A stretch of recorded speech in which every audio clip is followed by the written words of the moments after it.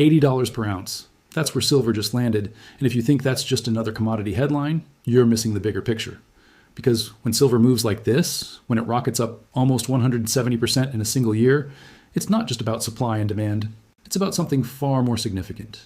Major financial institutions are feeling pressure they haven't experienced in decades, and silver's explosive rally is the canary in the coal mine that nobody's talking about. Right now, as we close out 2025, we're witnessing one of the most remarkable precious metals rallies in modern history. But here's what makes this different from every other bull market you've seen. This isn't being driven by retail hype or social media frenzies. This is institutional money moving into physical assets, because the smartest people in finance are seeing warning signs that most of us are completely missing. And those warning signs all point to one thing. The pressure building inside our financial system is reaching critical levels. Let's start with what actually happened. Silver began 2025 trading around $29 per ounce. Nothing special. Just another industrial metal that most investors ignored while chasing the latest tech stock or cryptocurrency. But by December 26th, silver touched a record high above $80. That's a gain that outperformed virtually every major asset class on the planet. Gold did well too, crossing $4,500, but silver's performance was in a league of its own. Now here's where it gets interesting, and this is the part that should make every investor pay attention. The Chicago Mercantile Exchange, the organization that oversees silver futures trading, raised margin requirements twice in just 2 weeks. They increased the deposit needed to control a silver futures contract from $20,000 to $25,000. Why does this matter? Because exchanges only do this when they're worried about volatility getting out of control. They're essentially pumping the brakes on a runaway train, but if you know your history, you know the story. The exact same thing happened in 1980 when the Hunt brothers pushed silver to $50. Margin hikes killed that rally overnight. It happened again in 2011 when silver hit $49. Aggressive margin increases crushed the momentum. Now it's happening again in 2025. The pattern is obvious. The question is, why does the establishment always step in when silver starts to run? The answer lies in what silver represents. It's not just a shiny metal, it's a direct competitor to fiat currency. It's a vote of no confidence in the paper-based financial system. And when silver surges like this, it's sending a very clear message. People are worried about the institutions that are supposed to keep their money safe. Let's talk about those institutions, because this is where the real story unfolds. Major financial institutions are under pressure from multiple directions. And 2025 exposed just how fragile the system really is. Remember Silicon Valley Bank, Signature Bank, First Republic? 3 major regional banks collapsed in 2023, and the aftershocks are still reverberating through the industry. These weren't small operations. We're talking about institutions with hundreds of billions in deposits, gone in a matter of days. The official narrative was that these were isolated incidents, poorly managed banks that took excessive risks. But anyone paying attention knows there's more to the story. The Federal Reserve had to create emergency lending facilities to prevent contagion. They essentially promised to backstop the entire banking system because they were terrified of what would happen if depositors started pulling money out of other regional banks. That's not a sign of strength. That's a sign of systemic vulnerability. Now let's connect this to silver. When confidence in financial institutions erodes, people look for alternatives. They want something that doesn't depend on a bank's balance sheet or a government's promise. They want physical assets. Gold has always played this role, but silver has a unique advantage. It's more affordable. At $70 to $80 per ounce, it's accessible to regular investors in a way that gold at $4,500 isn't. You can build a meaningful position in silver without needing massive capital. And the institutions know this. They see the demand. They see the physical metal leaving warehouses. COMEX inventories, the stockpiles that back silver futures contracts, have dropped by 70% over the past 5 years. Think about that number, 70%. The silver that's supposed to be available for delivery is disappearing. Where's it going? Into private hands? Into vaults? Into safes? People are taking delivery of physical metal because they don't trust the paper promises anymore. Meanwhile, banks are dealing with a crisis that most people don't even realize exists. It's called the non-bank financial intermediation sector, and it's grown into a monster. These are private credit funds, hedge funds, special purpose vehicles, all operating outside traditional banking regulation. They've become deeply interconnected with regular banks through lending, derivatives, and complex financial instruments. The Federal Reserve has repeatedly warned that this shadow banking system poses significant financial stability risks. Why? Because when things go wrong in this unregulated space, the problems can cascade back into the traditional banking system faster than anyone can react. Banks lend to non-banks. Non-banks invest in risky assets. When those assets lose value, non-banks can't repay banks. Banks suddenly face losses they didn't anticipate. Depositors get nervous. Money starts moving. And before you know it, you've got another 2023 situation on your hands. This is the pressure that financial institutions are under. They're caught between rising interest rates that hurt their bond portfolios, increasing competition from non-bank lenders, growing cyber threats that could compromise their systems, and declining depositor confidence. It's a perfect storm of challenges, and silver's rally is reflecting that reality. Let's look at the supply side, because this adds another layer to the story. China, which controls between 60 and 70% of the global refined silver market, just announced something major. Starting January 1st, 2026, they're implementing an export licensing system for silver. What does that mean in plain English? It means China is going to restrict how much silver leaves the country. They're keeping more for themselves. This is geopolitically significant. China is the world's manufacturing powerhouse. They use enormous amounts of silver in electronics, solar panels, and green technology. By restricting exports, they're ensuring they have enough supply for their own industrial needs. But it also means the rest of the world is going to face tighter supply. And when supply gets tight while demand is surging, prices go higher, much higher. Industrial demand for silver isn't slowing down. Every electric vehicle uses silver. Every solar panel requires it. The global push toward renewable energy is creating structural demand that wasn't there a decade ago. 5G networks need silver. Advanced semiconductors use silver. This isn't speculative demand that can disappear overnight. This is fundamental, long-term industrial consumption. Now combine that industrial demand with monetary demand from investors who are worried about financial stability, and you get the kind of price action we saw in 2025. It's not just one factor driving silver higher. It's multiple factors all converging at the same time. Interest rates play a crucial role in this story too. The Federal Reserve cut rates multiple times in 2025, and markets are expecting more cuts in 2026. Lower interest rates make holding non-yielding assets like silver more attractive. When you're earning basically nothing on a savings account and you're concerned about your bank's stability, suddenly owning physical silver starts to make a lot of sense. You're not losing opportunity cost, and you're gaining insurance against systemic problems. Banks hate low interest rates because it squeezes their profit margins. They make money by borrowing short-term at low rates and lending long-term at higher rates. When the Fed cuts rates, that spread narrows. Banks make less money. Their stock prices suffer.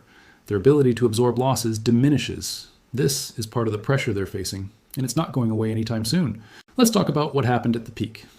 Silver hit that record high above $80, and then it pulled back sharply. On December 29th, it fell over 9% in a single day. Some people looked at that and said the rally was over, but that's missing the point. Corrections are normal in bull markets. What matters is the trend, and the trend is undeniably higher. The pullback was driven by profit-taking year-end portfolio rebalancing and thin holiday liquidity. None of those factors changed the underlying fundamentals. The supply shortage didn't disappear. The banking system concerns didn't vanish. The institutional pressure didn't evaporate. All of those forces are still in play. Here's what most analysts aren't telling you. The real pressure on financial institutions isn't about one specific event. It's about the accumulation of vulnerabilities that have been building for years. Banks are more interconnected than ever.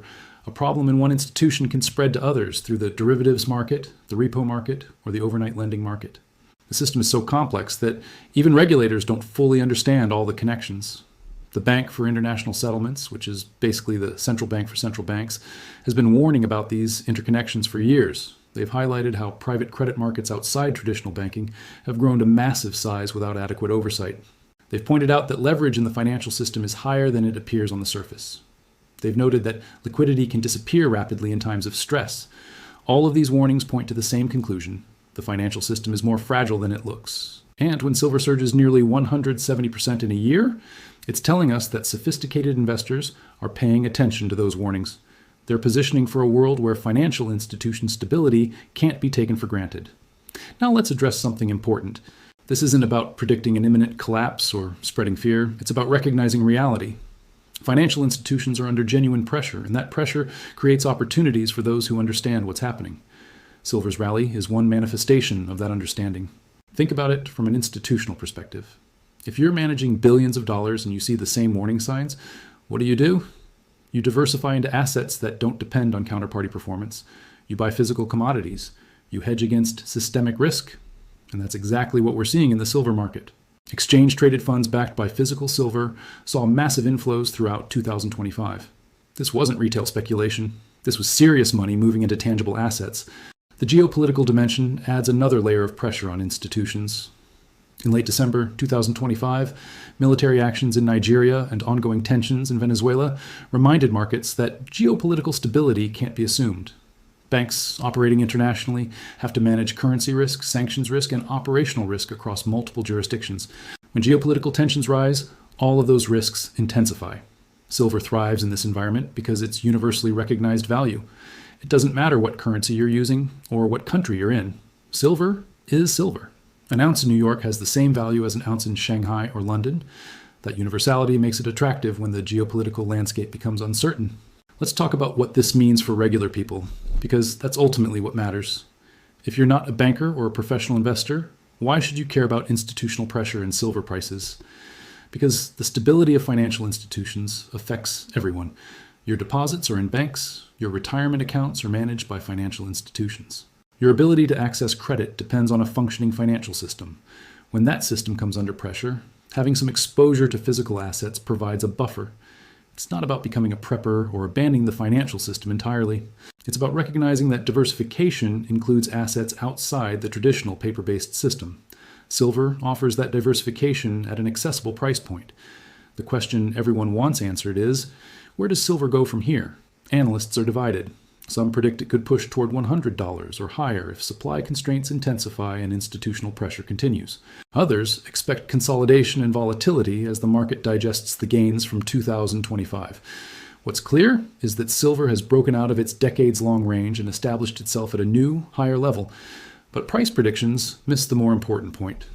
Silver's value isn't just about the number on the screen, it's about what it represents. It's a tangible asset in an increasingly digital world. It's a hedge against financial system instability. It's a form of insurance that doesn't depend on an insurance company's solvency.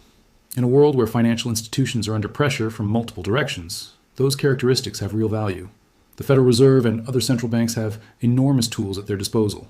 They can create liquidity, provide emergency lending, and implement policies to stabilize the system. But those tools have limits. Every intervention creates distortions. Every bailout creates moral hazard. Every emergency measure erodes confidence a little bit more. This is the fundamental challenge facing financial institutions in 2026 and beyond. They need to maintain stability while dealing with structural changes in banking, competition from non-banks, technological disruption, and shifting regulatory frameworks. It's a difficult balancing act, and silver's rally suggests that markets aren't entirely confident it can be pulled off smoothly. Looking at the technical picture, silver broke through multiple resistance levels in 2025. The old all-time high from 2011 at $49 became support. The $50 level was obliterated. Every round number that traders watched got taken out. That kind of technical strength doesn't happen without serious conviction behind it. But here's what the charts don't show you. They don't show the stress building in bank balance sheets. They don't show the leverage hiding in the shadow banking system. They don't show the confidence erosion happening in boardrooms and trading floors. Those are the forces that ultimately drive markets. And right now, those forces are pointing toward continued pressure on financial institutions. The relationship between silver prices and institutional health isn't perfectly linear. Banks aren't going to fail just because silver goes up. But the correlation is there. When silver surges, it's often because investors are seeking safety outside the traditional system.